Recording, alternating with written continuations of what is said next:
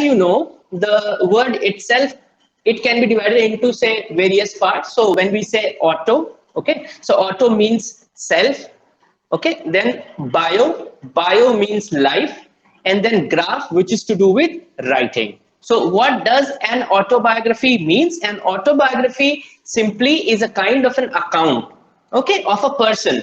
ठीक, एक व्यक्ति जो है, एक पर्सन का अकाउंट है, पर्सन्स लाइफ रिटन और otherwise recorded by that person. ठीक है, यानी जब आप अपने बारे में, स्वयं के बारे में जब आप कुछ लिख रहे होंगे, अपने लाइफ अकाउंट को जब आप रिकॉर्ड करेंगे, डॉक्यूमेंट करेंगे, तो वो आपका ऑटोबायोग्राफी में आएगा। जैसे अब आज के टाइम में मोबाइल्स में आप जानते हैं, there is a thing which is known as selfie. ठीक है, तो सेल्फी पहले क्या होता था, इसको ऑटोबायोग्राफी को एक और नाम से आप कह सकते हैं, इसको आप कह सकते हैं लिटरेरी सेल्फी। ठीक है, तो जो चीज आज आप मोबाइल गैजेट के थ्रू कर रहे हैं, वो ऑथर्स अपनी राइटिंग के थ्रू करते थे। क्योंकि जैसे सेल्फी लेना क्या है कि it's a reflection of what how you are capturing your life, your event, your account, right? So in the same manner, authors used to record their thing by writing। ठीक है, तो जो साहित्यिक सेल्फी जो होगी या जो लिटरेरी सेल्फी होगी, वो आपकी ऑटोबायोग्राफी आप उसको कह सकते हैं, देख सकते हैं।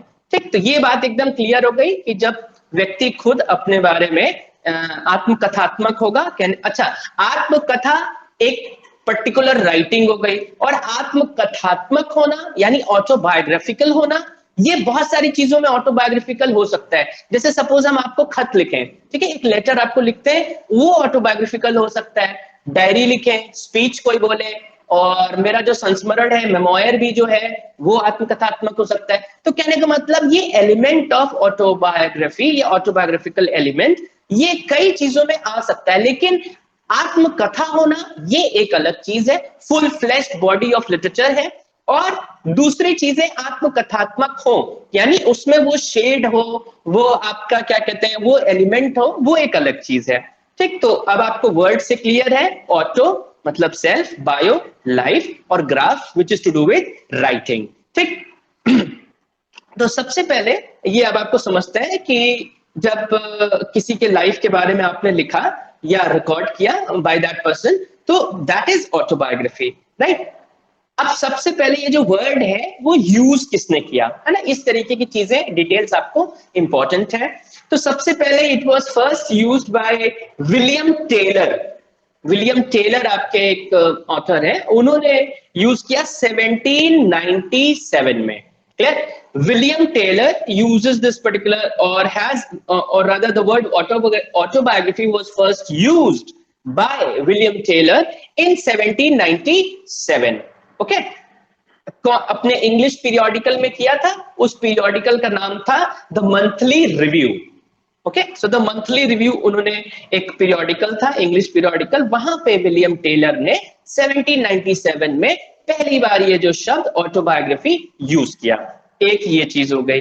ठीक, उन्होंने तो इसको नेगेटिव सेंस में यूज किया था, ठीक है। और बाद में आगे चल के जब आप देखते हैं रोमांटिक पोएट, जब आप आते हैं रॉबर्ट सदे, रोमांटिक पोएट्स में क्या है कि we have different classification. For example, जैसे आपके दूसरे में भी है, यहाँ पे क्या है, younger Romantics and Elder Romantics. Younger Romantics कौन है, जैसे कीट्स है, शेली है, बायरन, इनको यंगर इसलिए भी कह रहे हैं, मतलब एज वाइज तो है ही है, यंगर इसलिए भी कह रहे हैं क्योंकि कोई भी रोमांटिक आपका ज्यादातर 20 से 30 साल तक ही जिंदा रहा, उसके बाद वो नहीं रहे, ठीक है। सो बहुत अर्ली अपनी लाइफ में दे डाइड, राइट। सो इसके कारण भी यंगर रोमांटिक है, लेकिन उतने कम टाइम में भी, जब भी जितना टाइम भी वो आप जिंदा थे, जब तक भी उन्होंने किया, तब तक उनका एक बहुत ज्यादा दे हैव रिटन, या तो हो सकता किसी ने कम लिखा हो लेकिन फिर भी सेलिब्रेटेड है, हो सकता किसी ने ज्यादा भी लिखा है और सेलिब्रेटेड भी है, तो दोनों ही बातें हैं।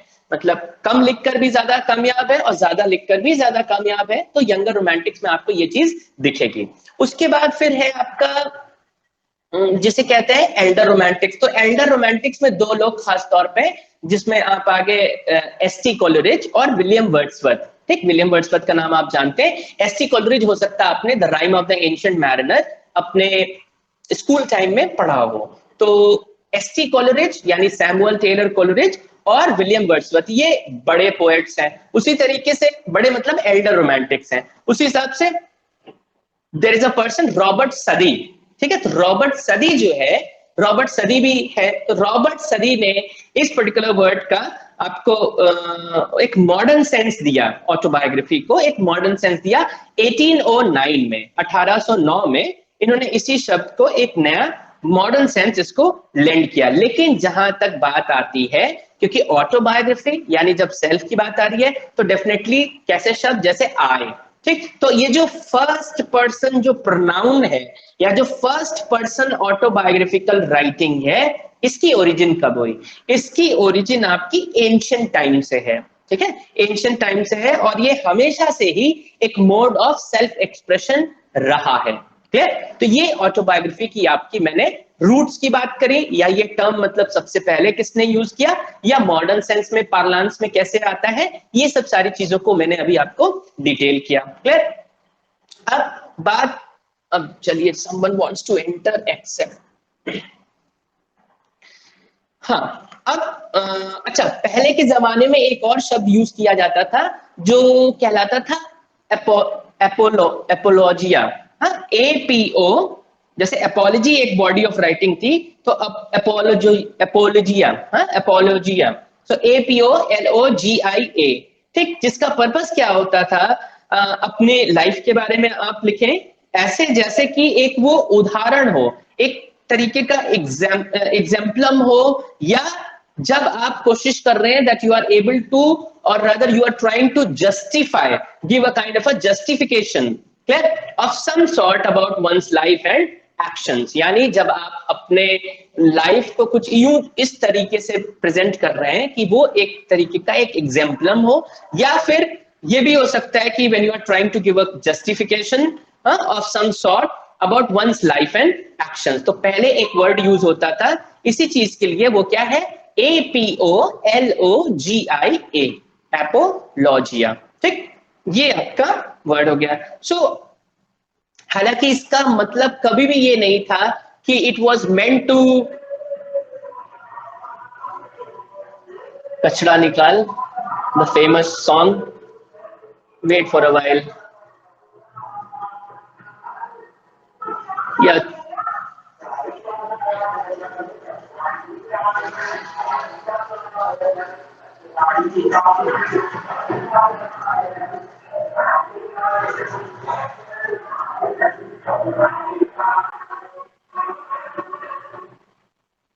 Thankfully stop. हाँ, सो उसका मतलब एपोलॉजिया जो वर्ड है आपका, इसका मतलब कभी भी ये नहीं था कि वो आपको एक रिकॉर्ड हो, वो किसी भी तरीके का सेल्फ डॉक्यूमेंटेशन हो, इस चीज की तरफ क्लेम नहीं करता था। वो पहले की राइटिंग ज्यादातर खास तौर पे या तो वो एग्जाम्पलम होता था, या तो वो जस्टिफिकेशन करता है किसी की लाइफ के जो एक्शंस थे उन चीज को बताने में, ठीक है। तो ऑटोबायोग्राफिकल जो वर्क्स हैं वो दूसरे फॉर्म्स भी ले सकते हैं। कहने का मतलब, जैसे अब क्या क्या चीजें हो सकती हैं, ये इंटीमेट राइटिंग्स भी हो सकती हैं, यानी बहुत पर्सनल लेवल पे जब आप कम्युनिकेट कर रहे हैं, तो राइट फ्रॉम इंटीमेट राइटिंग से लेकर, हाँ, जो कि आप अपने लाइफ के दौरान आपने कभी किसी फ्रेंड को कुछ लिखा है ना, पहले के टाइम में लेटर्स थे, there were other things which were being communicated, तो इंटीमेट राइटिंग्स हो सकती हैं।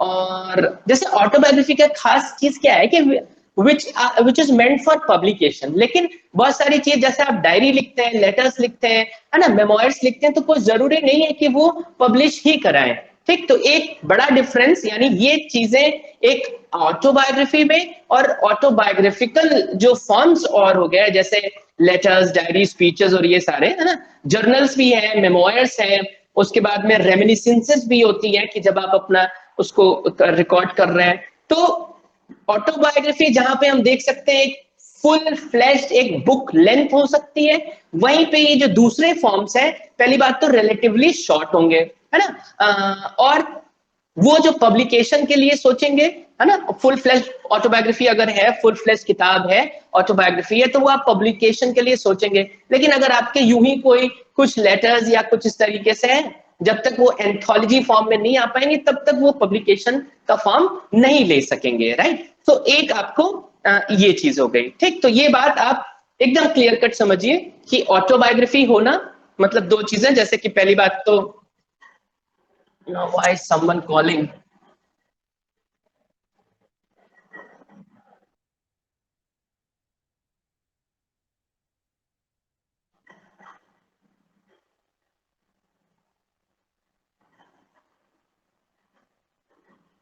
ये कोई स्टूडेंट ही होगा, ही वुड, हालांकि माय इंटरनेट या मेरा फोन जो है वो ऑफ है, but he, let me decline तो कर दिया once more, then he would be blocked, fortunately और अनफॉर्चुनेटली। खैर चलिए, तो अब ये बात आपको ठीक समझ में आ गई कि ऑटोबायोग्राफी कहने का मतलब, पहली बात तो एक फुल लंबी चौड़ी कोई किताब हो सकती है, एक फुल फ्लेश्ड उसकी एक लेंथ हो सकती है एक, और चूंकि ऐसा होगा तो वो पब्लिकेशन के लिए उसको एडवांस कर सकते हैं। वहीं जो ऑटोबायोग्राफिकल जो फॉर्म्स होएगा, यानी राइट फ्रॉम इंटीमेट राइटिंग, चाहे आप लेटर्स, डायरीज, हाँ, और जर्नल्स में हो सकता है, रेमिनिसेंसेस हो सकती है, मेमोयर्स हो सकते हैं, ये सारी चीजें आपकी आत्मकथात्मक होंगी। क्लियर? उसके बाद देखिए फिर एक चीज आ जाती है, कहते हैं मेमोयर और ऑटोबायोग्राफी। तो एक डिफरेंस ये भी समझ लीजिए कि मेमोयर और ऑटोबायोग्राफी में क्या डिफरेंस है। ठीक, पहला डिफरेंस ये है कि जहां ऑटोबायोग्राफी में हम किसी भी पर्सन की लाइफ का कंप्लीट डॉक्यूमेंटेशन, यानी उसकी एंटायर लाइफ को रिकॉर्ड कर रहे होते हैं। क्लियर? और वही मेमोयर क्या होता है? मेमोयर क्या होता है? वो एक सिलेक्ट इवेंट्स या सिलेक्ट चीजों का रिकॉर्ड होता है। यानी अगर आप मेमोयर मतलब would be some fraction of his entire life, right? whereas autobiography is that one unit, वो एक कंप्लीट होल एंटिटी है जो उसकी लाइफ का उसने हिस्सा आपके साथ में शेयर किया है। ठीक, तो इंपॉर्टेंट एलिमेंट, जैसे ऑटोबायोग्राफी में इंपॉर्टेंट एलिमेंट्स अपनी लाइफ के वो कैप्चर करता है, जहां पे वो अपने करियर के बारे में, अपने ग्रोथ के बारे में, एज अ पर्सन कैसे वो हुआ, देन इमोशंस होते हैं, फैक्ट्स होते हैं related to family life, relationships, education, travel, हाँ, ये सारी चीजों को बात करते हुए सेक्सुअलिटी के बारे में भी, हाँ, और अलग अलग तरीके के, मतलब not just external events but also internal events, यानी किस तरीके की उसकी स्ट्रगल्स, इनर स्ट्रगल्स रही हैं, इन सब चीजों को लेके एक ऑटोबायोग्राफी का ताना बाना बुना जाता है। This is the thick and this is the flesh of an autobiography, right? So whereas अब मेमोयर क्या होता है? मेमोयर एक रिकॉर्ड होता है मेमोरीज का, ठीक है, रेमिनिसेंसेस का, और कुछ पर्टिकुलर इवेंट्स उसमें होते हैं which have been taken place which have taken place in author's life। लेकिन ऑटोबायोग्राफी जो है वो पूरी लाइफ है, और यहाँ पे कुछ इंपॉर्टेंट या सिलेक्ट इवेंट्स, जो मेमोरीज है, जो आपको उसमें मेमोयर में आता है, वो उसके ऑथर की लाइफ का कुछ हिस्सा ही लिया जाता है। ठीक, उसके बाद इनफैक्ट आप ऐसे भी कर सकते हैं, it is a kind of a telling of a story और even event from his life, यानी अपनी पूरी कहानी में से आपको एक कहानी सुनाना, बताना, समझाना, या कुछ सिलेक्ट कहानियां आपके साथ साझा करना, वो मेमोयर होगा। हाँ, वेयर एज ऑटोबायोग्राफी वो आपका पूरा स्कीम है, right from when you are born till you die. Clear? तो एक तरफ मेमोयर, अब हमें डिफरेंस क्लियर है, मेमोयर जो है वो फुल रिकॉर्ड ऑफ लाइफ नहीं होता है, ऑटोबायोग्राफी जो होता है वो फुल रिकॉर्ड ऑफ लाइफ होता है। तो ये डिफरेंस है आपका ऑटोबायोग्राफी और मेमोयर में। क्लियर? पर्पस क्या है? मतलब इतनी सारी चीजें लिखने को थी, तो ऑटोबायोग्राफी क्यों लिखना शुरू कर दिया, या ये क्यों पसंद आने लगा, या ये इतना पॉपुलर क्यों हुआ?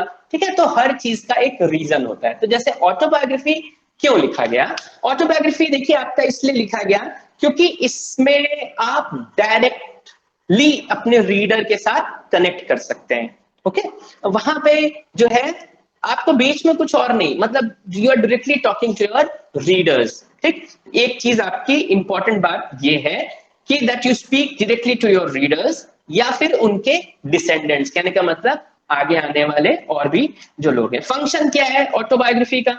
एक तरीके की लेगेसी छोड़ना अपने पीछे, मतलब अब बहुत सारी चीजें हैं, तो आप चाहते हैं कि आपको लोग जाने और आपके लाइफ का कुछ ऐसा हिस्सा, एक ऐसा पहलू ऐसा आप उजागर करें जिससे क्या होगा कि लोग सीखें। ठीक है, अगर आपने मिस्टेक्स करी हैं उससे भी व्यक्ति सीखेगा, अगर आपने कुछ अच्छा किया है, अचीव किया है, उससे भी व्यक्ति सीखेगा। तो चाहे आपके कोई भी चीज हो, यानी your entire record of life will be as a kind of से एक मोटिवेशनल या इंस्पिरेशनल होगा सारे लोगों के लिए ही जो भी उसको पढ़ेंगे। तो एक ऐसी लेगेसी छोड़ के जाना रीडर्स के लिए। और यानी जब आप ये करते हैं तो आप अपने ट्रायम्फ्स शेयर करते हैं, अपने फियर, एंजाइटीज, अपने जो भी सारे इमोशंस हैं उसका बहुत बड़ा रेंज है।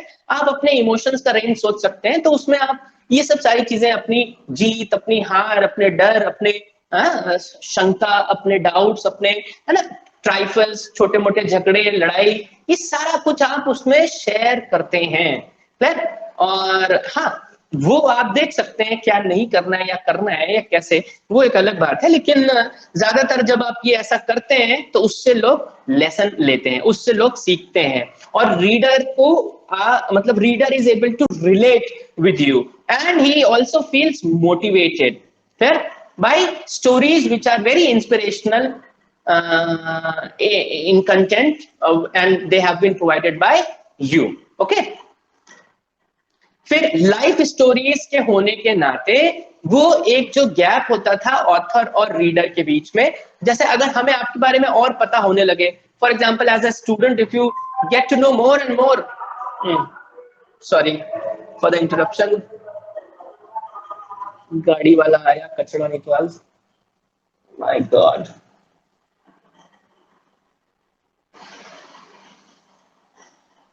गया शायद, चलिए।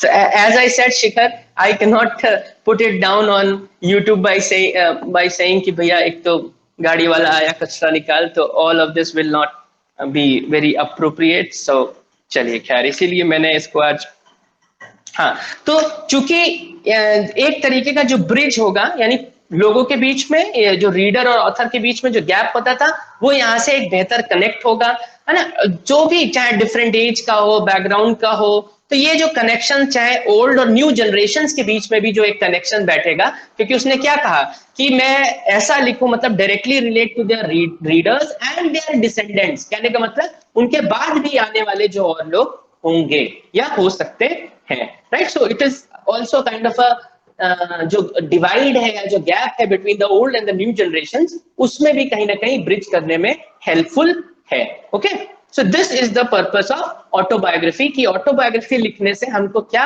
हम अचीव कर पा रहे हैं, या हम ये क्यों लिखें, हाँ, इसकी जरूरत ही क्या है, ऑटोबायोग्राफी की जगह पे हम कुछ और क्यों ना लिखें। लेकिन इसके ये रीजंस है that why an autobiography should be written or why do people attempt this particular form autobiography. Clear? अब फिर बात आएगी कि ऑटोबायोग्राफी जो है वो इमर्ज कैसे हुई। Please allow me just a minute.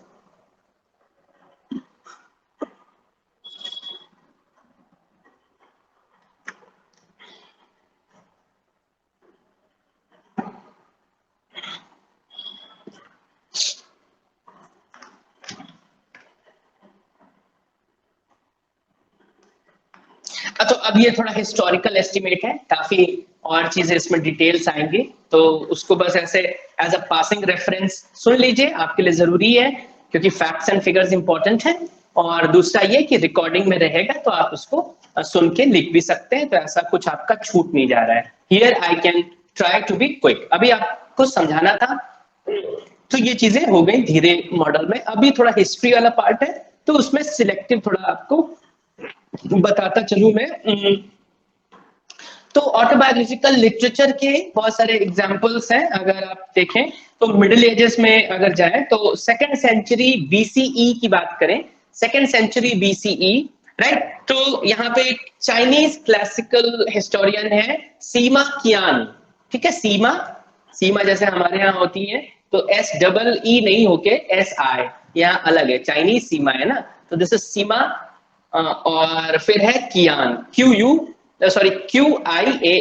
Seema Qian, which is एक ब्रीफ अकाउंट है आपका एक वर्क है, उसका नाम है शीजी, SHIJI। तो शीजी मतलब हिस्टोरिकल जो रिकॉर्ड्स हैं। तो सबसे पहले आपका सेकेंड BCE में, सेकेंड सेंचुरी BCE में आपको मिडिल एजेस में जब आप जाते हैं तो आपको एक ये ऑटोबायोग्राफिकल लिटरेचर मिलता है। ठीक, फिर आगे बढ़ेंगे तो आप देखेंगे फर्स्ट सेंचुरी BCE में आप लेटर्स ऑफ सिसरो, ठीक है, सिसरो के लेटर्स हैं जो कि अर्ली क्रिश्चियन इरा में the letters of Saint Paul, तो सेंट पॉल के लेटर्स हैं, देन सिसरो के लेटर्स हैं, और सेंट ऑगस्टीन का एक वर्क है कन्फेशंस।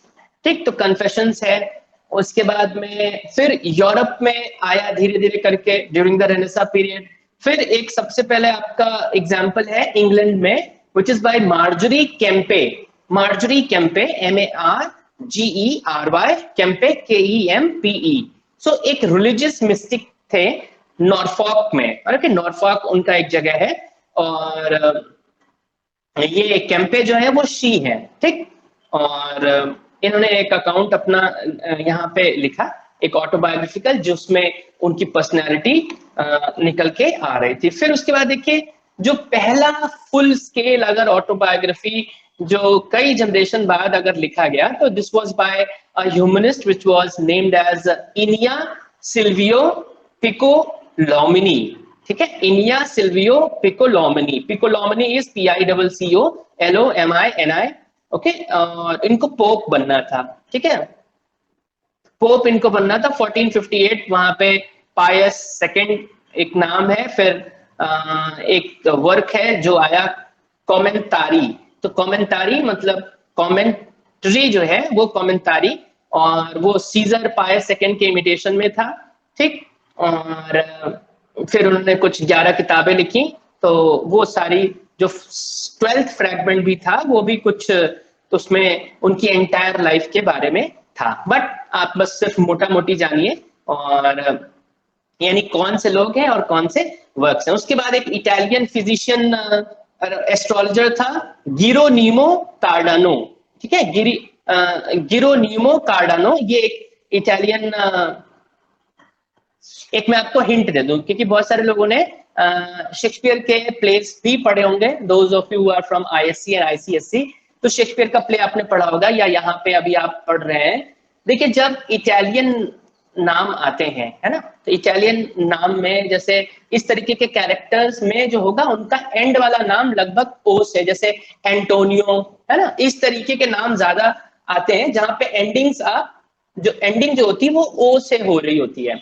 और एक चीज और बता देता हूं आपको, जैसे जब आपकी एंडिंग यहाँ पे CI से होती है, तो जैसे आपने the famous painting Leonardo da VINCI, तो उसका करेक्ट प्रोनाउंसिएशन क्या है, आप कैसे बुलाते हैं? Can anyone tell? क्या? हाँ, चा पढ़ते हैं। ठीक है आवेश, राइट। सो ची पढ़ते हैं। सो जब आपका एंडिंग CI करके होता है तो उसको ची पढ़ते हैं। सो एक ये चीज आप जान लीजिए। बाकी इटालियन नाम जो होते हैं वो ज्यादातर ओ से उनकी एंडिंग हो रही होती है। तो आप ये यहाँ पे है, और हाँ, तो इटालियन चूंकि इसका नाम आया था इसलिए मैंने, कार्डानो ओ आया तो इसलिए मुझे याद आ गई, तो मैंने कहा बता देता हूँ। फिर गोल्डस्मिथ है, स्कल्पचर एक था बेनवेनुटो सेलिनी इन इटली, वो भी 16th सेंचुरी की बात है। फिर इंग्लिश हिस्टोरियन एंड डिप्लोमेट था Lord Herbert of Cherbury 17th century में, तो वो। तो उसके बाद एक कॉली सिबर करके एक नाम है, कॉली सिबर ने एक काम लिखा, apology for the life of Colley Cibber, comedian in the early 18th, है ना, ये यहाँ पे आया। ये कुछ रिप्रेजेंटेटिव एग्जांपल्स हैं आपके इस पर्टिकुलर फॉर्म के, रेनेसां एज से लेकर द एज ऑफ एनलाइटनमेंट तक। क्लियर? उसके बाद लैटर पीरियड में जब आप देखेंगे, जो सबसे इंपॉर्टेंट और बड़ी फेमस और अर्बन ऑटोबायोग्राफी जो है वो है आपकी एडवर्ड गिबन की। ठीक है, एडवर्ड गिबन। और देखिएगा वो जो मैंने ग्लॉसरी का एक बुक अपलोड किया है यहीं पे, जब आप स्टडी मटेरियल के सेक्शन में डॉक्यूमेंट वाले में जाएंगे तो ग्लॉसरी को खोलिए, उसमें जो पेपर फर्स्ट और पेपर सेकंड के जो थर्ड यूनिट है, जितने सारे टर्म्स हैं, कुछ कुछ टर्म्स आपको वहां पे पढ़ने को मिल जाएंगे। मैं ये नहीं कह रहा सब आपको समझ में आ जाएगा, लेकिन एक किताब है जहां से आप वो टर्म्स देख सकते हैं और वहां से आपको देख लेना चाहिए। फिर फिर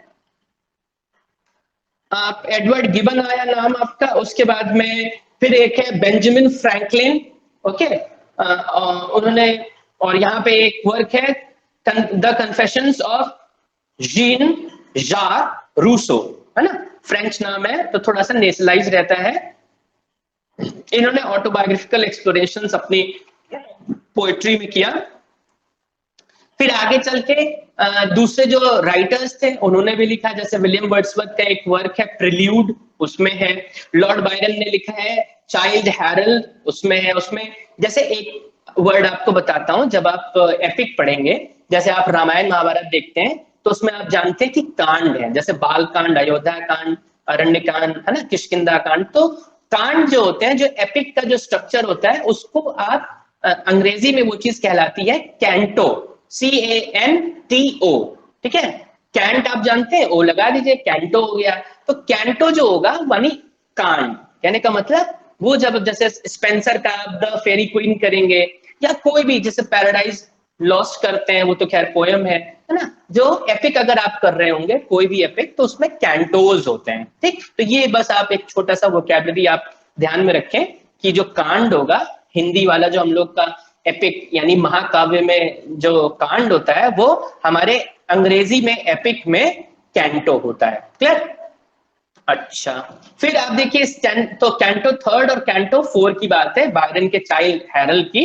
उसके बाद फिर स्टेंडहाल का ऑटोबायोग्राफिकल राइटिंग है 1830s में, जहां पे द लाइफ ऑफ हेनरी ब्रुलार्ड और मेमोरीज ऑफ एन एगोटिस्ट, और फिर ये भी दोनों इन्फ्लुएंस थी रूसो से, ठीक है। रूसो आप जानते हैं। और एक इंग्लिश एग्जाम्पल जो है विलियम हैजलिट, जो आप मे बी अभी नहीं, आप 4th सेमेस्टर में करेंगे शायद, अगर आपके कोर्स में होगा पता नहीं अभी, क्योंकि कुछ प्रोज राइटर्स अभी है और कुछ प्रोज राइटर्स आगे चल के हैं। तो हैजलिट अगर आपके पास है तो आप देख लीजिएगा, मुझे अब थोड़ा याद नहीं है। और लिबर एमोरिस इन्होंने लिखा, एक पेनफुल एग्जामिनेशन है किस तरीके के एक राइटर के लव लाइफ के बारे में। क्लियर? फिर देखिए, अगर आपने वो YouTube वाला लिंक चेक किया होगा, तो मैंने ऑटोबायोग्राफी के बहुत सारे टाइप्स आपको बताए थे, ठीक। तो ऑटोबायोग्राफी, एक बार फिर से टाइम देख लेता हूँ, टाइम है थोड़ा सा। तो ऑटोबायोग्राफी जो है उसको आप अगर ब्रॉड टाइप्स देखें तो थीम के हिसाब से, है ना, मतलब थीमेटिक होता है, रिलीजियस होता है, इंटेलेक्चुअल होता है, और फिक्शनलाइज्ड ऑटोबायोग्राफी होता है। तो पहला ग्रुप जो है, जैसे डाइवर्स, फॉर एग्जांपल एक है आपका द अमेरिकनाइजेशन ऑफ एडवर्ड बॉक, तो ये एक वर्क है आपका थीमेटिक, अगर थीम के हिसाब से देखें। फिर रिलीजियस ऑटोबायोग्राफी जो होता है, वो जैसे बहुत वर्क्स हैं, जैसे ऑगस्टीन का है जो आपने शुरू में अभी देखा था ना, तो ऑगस्टीन है या केम्प है ना, इनके ऑटोबायोग्राफिकल चैप्टर्स हैं। जैसे टॉमस कार्लाइल का सार्टर रेजार्टस है, okay. John Henry Cardinal Newman जो है, उनका भी एक वर्क है आपका एपोलॉजिया इन द 19th सेंचुरी, ठीक। फिर उस सेंचुरी या 20th सेंचुरी में क्या होगा, बहुत सारी इंटेलेक्चुअल ऑटोबायोग्राफीज आने लगी, हाँ, जहां पे वो सिवियरली एनालिटिकल इन नेचर होती थी। जैसे कि एक काम है ऑटोबायोग्राफी, और वो किसका है, बाय जॉन स्टुअर्ट मिल। तो जॉन स्टुअर्ट मिल की जो वर्क है, दैट इज ऑटोबायोग्राफी के नाम से ही है। और फिर एक और काम था the education of Henry Adams. तो ये इस तरीके के काम, जब इंटेलेक्चुअल कह रहे हैं, कहने का मतलब बहुत ज्यादा एनालिटिकल होने लगे थे। फिर उसके बाद में जब ये ऑटोबायोग्राफी जो है, जब फिक्शनलाइज्ड ऑटोबायोग्राफी का कहने का मतलब, जब वो नॉवेल का रूप ले लेती है, when it takes the form of a novel, तो नॉवेल्स भी ऑटोबायोग्राफिकल हैं, या ऑटोबायोग्राफिकल नॉवेल कह लीजिए, ठीक। तो जैसे फॉर एग्जांपल सैमुअल बटलर का है the way of all flash. उसके बाद जेम्स जॉयस का है, ये आप 6th सेमेस्टर में पढ़ेंगे, portrait of the artist as a young man. George Santayana का एक वर्क है द लास्ट प्योरिटन। और जैसे टॉमस वुल्फ है, उनकी भी नॉवेल्स इस तरीके से हैं।